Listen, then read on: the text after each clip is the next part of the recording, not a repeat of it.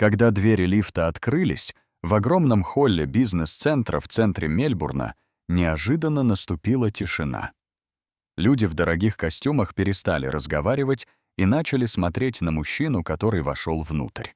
Его звали Томас. Ему было 34 года. Он сильно отличался от всех остальных посетителей этого места.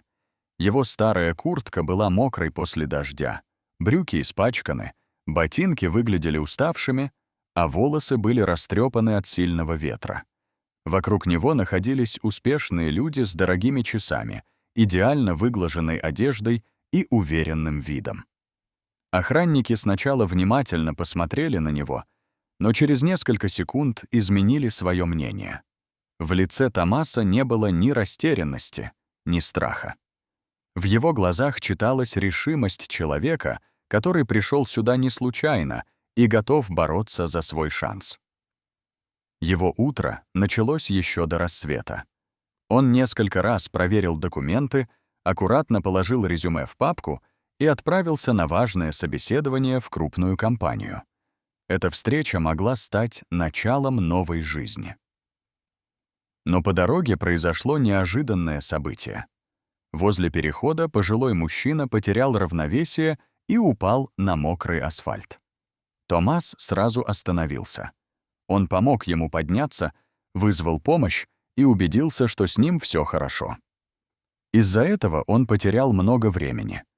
Автобус, на который он рассчитывал, уехал прямо перед его глазами. Он мог развернуться и отказаться от собеседования, но решил не сдаваться. Томас пошел пешком, стараясь успеть вовремя. Чтобы сократить путь, он свернул через строительную площадку.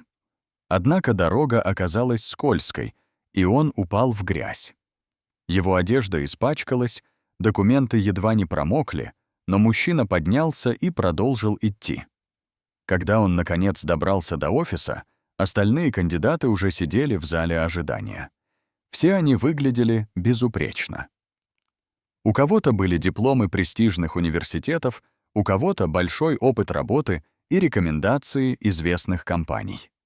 Томас понимал, что внешне проигрывает им. Но он все равно вошел в кабинет, когда его вызвали. Перед ним сидела комиссия во главе с директором компании по имени Ричард. Мужчина внимательно посмотрел на гостя и заметил его необычный внешний вид. Томас спокойно сказал: «Я понимаю, что сегодня выгляжу не так, как остальные кандидаты.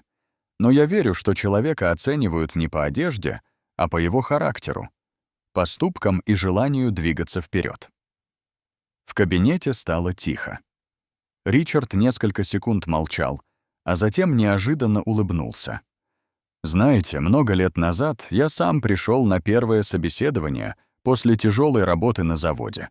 Я выглядел уставшим и совсем не похожим на будущего руководителя. Но один человек увидел во мне не внешний вид, а стремление добиться большего. Он посмотрел на документы Томаса и продолжил. Сегодня я хочу дать такой же шанс другому человеку. Вы приняты». Прошло несколько месяцев. Томас стал одним из самых ценных сотрудников компании. Он уверенно участвовал в проектах, помогал коллегам и всегда относился к людям с уважением. Однажды молодой работник случайно допустил ошибку и сильно расстроился. Томас подошел к нему, помог исправить ситуацию и сказал: «Не переживай. Каждый человек ошибается. Главное — не остановиться. После первой трудности». Коллеги поняли, что именно такие качества сделали его особенным. Он принес в компанию не только знания и опыт, но и простое человеческое отношение.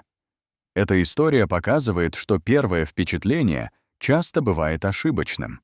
Иногда за обычной одеждой и неприметной внешностью скрывается человек с огромной силой духа. Настоящие возможности получают не только те, кто выглядит успешным. Их получают те, кто продолжает идти вперед, даже когда все складывается против них. Ведь характер человека проявляется не в легкие моменты, а тогда, когда ему приходится преодолевать препятствия.